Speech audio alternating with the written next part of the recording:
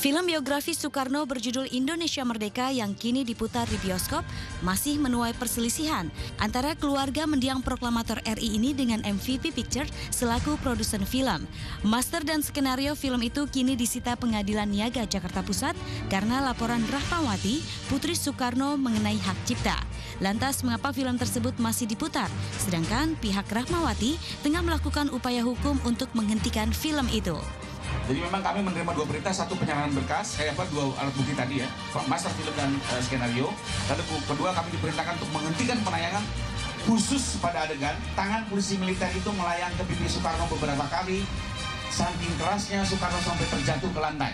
Dan adegan kedua adalah popor senapan sang polisi sudah menghajar wajah Soekarno. Khusus terhadap dua adegan itu. Setelah menerima penetapan, segera kami konsolidasi, kami buka lagi skrip, kami lihat lagi film itu. Ternyata dua adegan itu memang tidak pernah ada di film Soekarno yang beredar. Pada prinsipnya bahwa PT Multinational Plus telah memenuhi kewajibannya. Kami terima apakah itu master, apa itu tidak tahu.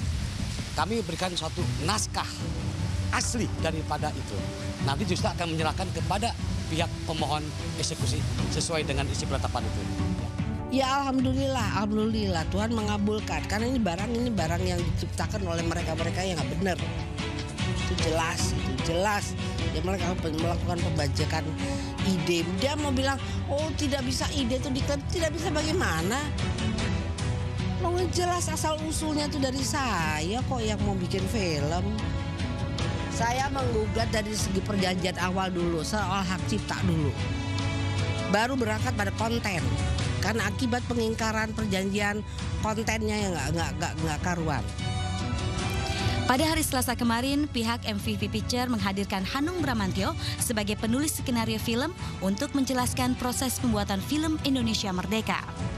Jadi setelah sang pencerah itu kita merasa punya punya optimisme bahwa film biopik itu disukai oleh masyarakat. Ini saya tawarkan ke Pak Ram karena memang Pak Ram yang memproduseri sang pencerah juga. Nah, cuma seiring dengan waktunya, waktu itu sang pencerah juga sedikit ada kontroversi gitu kan. Terus ide pembuatan film Soekarno itu sedikit terkubur gitu kan. Nah, kebetulan tiba-tiba Bu Rahma menelpon. Bagai gayung bersambut, gagasan Hanung membuat film tentang Presiden RI pertama ini mendapat apresiasi oleh Rahmawati. Setelah itu Hanung menggodok dan membedah perjalanan hidup Soekarno dari berbagai sumber dan tokoh yang berkompeten, hingga terlahirlah judul film Indonesia Merdeka. Namun dalam perjalanan penulisan draft skenario ke-13, Rahmawati mengundurkan diri dalam kerjasama tersebut. Setelah draft 13,